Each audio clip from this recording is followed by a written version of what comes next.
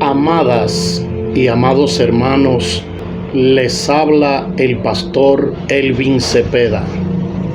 Dios les bendiga. Mis amados, hoy tendremos un versículo más de la explicación del libro de Apocalipsis. Hoy estaremos compartiendo capítulo 1 de Apocalipsis, versos 9 y 10. El versículo 9 inicia con la expresión: yo, Juan, vuestro hermano y copartícipe vuestro en la tribulación, en el reino y en la paciencia de Jesucristo. Estaba en la isla llamada Patmos por causa de la palabra de Dios y el testimonio de Jesucristo. Yo, Juan, copartícipe vuestro en la tribulación. Sin duda, Juan no era el único que sufría persecución en ese tiempo. Al igual que hoy, no crea que solo usted sufre persecuciones y penalidades. A todos se nos tienta y se nos prueba en este glorioso camino. Al decir en el reino, es decir, en el reino de la gracia divina, Mateo 4:17, es necesario que a través de muchas tribulaciones entremos en el reino de Dios. Hechos 14:22. Mateo 4:17.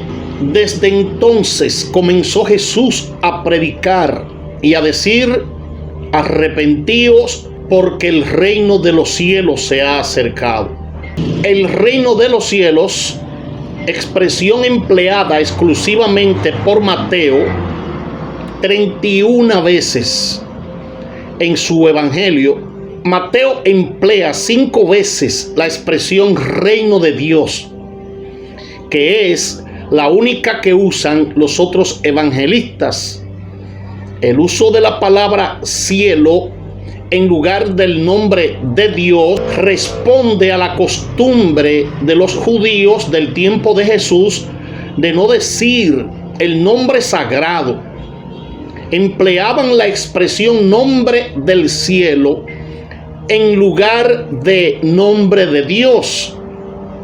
Temor del cielo por temor de Dios. Honor del cielo por honor de Dios, etc. La expresión reino de los cielos no aparece en el Antiguo Testamento, aunque la idea está implícita en los escritos proféticos. Isaías 11:1-12, como también verso 35, 65, 17-25, Daniel 2:44, 7:18, 7:22, 7:27, como en Miqueas 4:8. El reino de los cielos o reino de Dios era el tema de la enseñanza de Jesús. Lucas 4:43 y 8, verso 1. Muchas de sus parábolas comienzan con las palabras: el reino de los cielos es semejante a Mateo 13:24, 13:31, 13:33, como también Mateo 13:45-47. Enseñaba a sus discípulos a que oraran por la venida del reino. Mateo 6:10. Su evangelio era la buena nueva del reino. Mateo 4:23. Sus discípulos eran los hijos del reino. Mateo 13:38. El Padre se complacía en darles el reino. Lucas 12:32. Que ellos habían de heredar. Mateo 25:34. En esta vida, los cristianos debemos darle al reino el lugar supremo en nuestros afectos, y debemos convertirlo en la más importante meta de la vida. Mateo 6:33. Cuando Jesús envió a los 12, los mandó que predicaran el reino de Dios. Lucas 9:2, capítulo 9, verso 60. Juan proclamó la inminencia del establecimiento del reino de los cielos. Mateo 3:2. Jesús también declaró que el reino se había acercado. Mateo 4:17.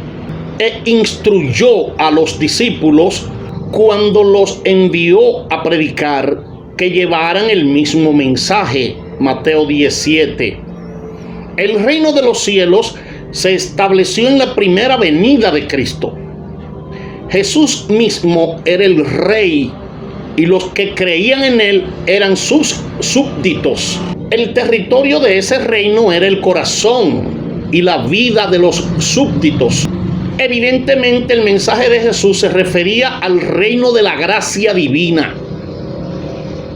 Pero, como Jesús mismo lo indicó claramente, el reino de la gracia antecedía al reino de la gloria. Con respecto a este último, los discípulos preguntaron en el día de la ascensión: Señor, ¿restaurarás el reino a Israel en este tiempo?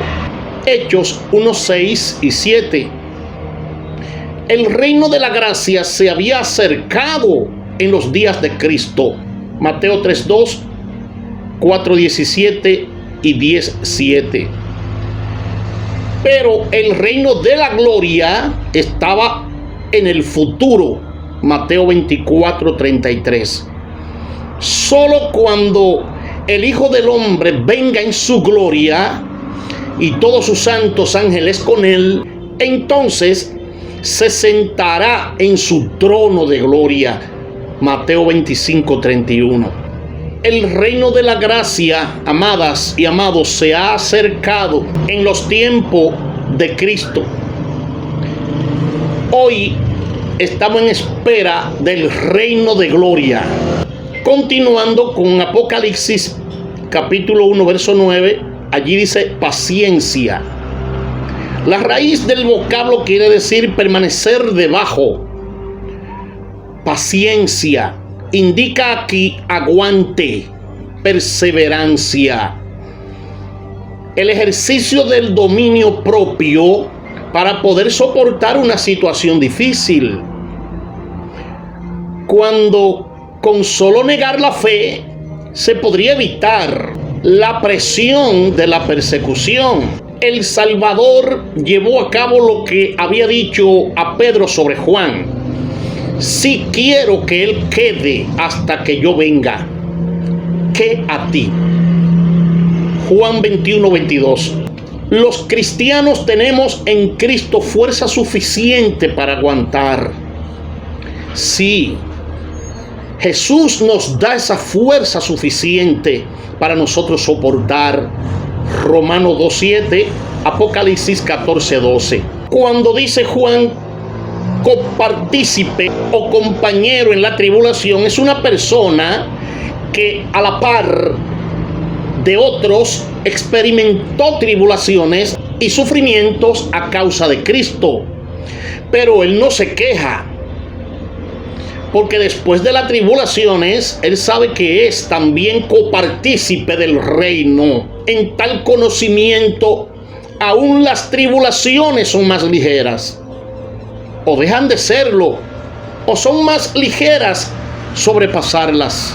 Al decir aquí de Jesucristo, o sea, en Jesús, la paciencia es una relación vital con Él. Sí, amada, amado, la paciencia, la espera, la perseverancia es una relación vital con el Señor Jesucristo. También dice estaba o vine a estar, lo que implica que Patmos no era el lugar de residencia permanente de Juan, sino que las circunstancias lo habían llevado hasta allí. Patmos, islita del mar Egeo, a unos 80 kilómetros al suroeste de Éfeso. Esta isla mide unos 15 kilómetros de norte a sur y unos 10 kilómetros de este a oeste en su parte más ancha. Patmos es rocosa y árida. Su costa, sumamente irregular, forma muchas ensenadas. Plinio escribió en el año 77 después de Cristo que la isla se usaba como una colonia penal.